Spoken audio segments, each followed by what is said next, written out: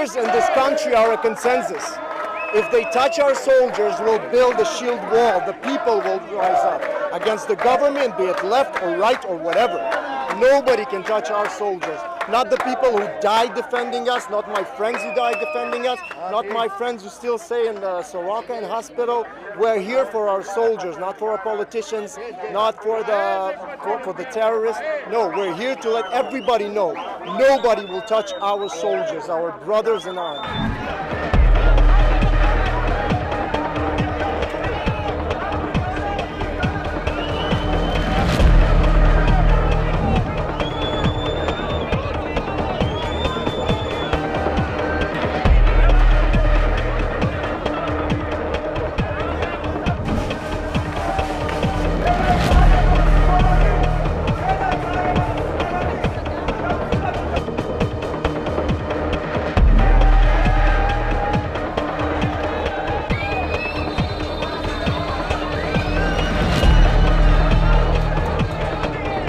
So it's first time in Israel that the police army, the military police, arrest soldiers from the reserve because they have a lot of claim against them.